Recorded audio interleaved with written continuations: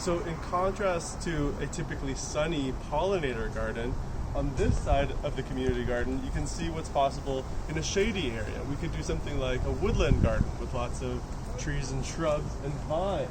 So as you can see up here, the side of the building, you have Virginia creeper along with Virgin's bower, and also trumpet creeper, actually, not in bloom at the moment.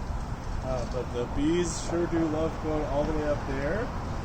Down here in this area, we have a variety of fruit trees, including apples and a white mulberry. Although not native, it does produce fruit that are edible.